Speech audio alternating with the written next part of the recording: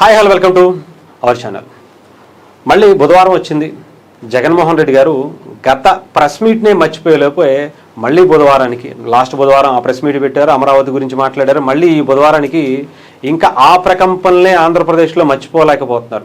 ఆ comedy timing చూసే ఇప్పటి వరకు ఆంధ్రప్రదేశ్ ప్రజలకి ఇలాంటి నాయకుడిని మనం గెలిపించామా, ఇలా అద్భుతమైనటువంటి కామెడీ ఇచ్చేటువంటి నాయకులు కూడా ఉన్నారా, నిజంగా ఇంత అద్భుతమైనటువంటి కామెడీ పర్ఫార్మెన్స్ చేసేటువంటి రాజకీయ నాయకుడు ఈ దేశంలోనే లేడు అని చాలా గొప్పగా మాట్లాడుకుంటున్నటువంటి, ఇంకా అవే తగ్గకపోతే మళ్ళీ ప్రెస్ మీట్ పెట్టారు.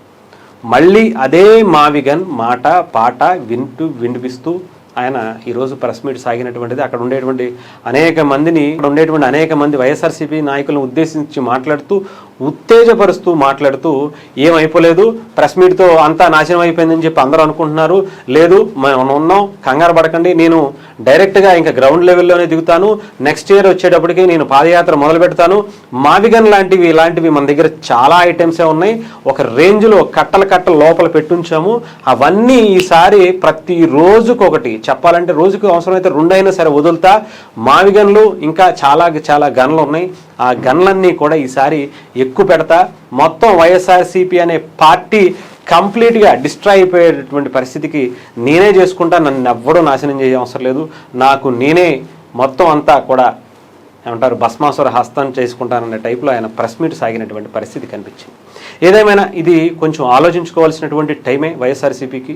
ఎందుకంటే జగన్మోహన్ రెడ్డి గారిని ఒకసారి ప్రెస్ మీట్ పెట్టే ముందు డెఫినెట్గా కనీసం ఒక 100 మందినైనా సరే ఆయన ఆయన మాట్లాడే ప్రతి మాటని ఒక 100 మందికైనా వినిపించండి. డెఫినెట్గా ఒక్కళ్ళైనా సరే అక్కడ నవ్వుతున్నారో లేదో, ఆ కామెడీ టైమింగ్ అంతా ఇష్టపడుతున్నారో లేదో చూసి బయటకు వదిలితే మంచిదనేది చాలామంది వాదన.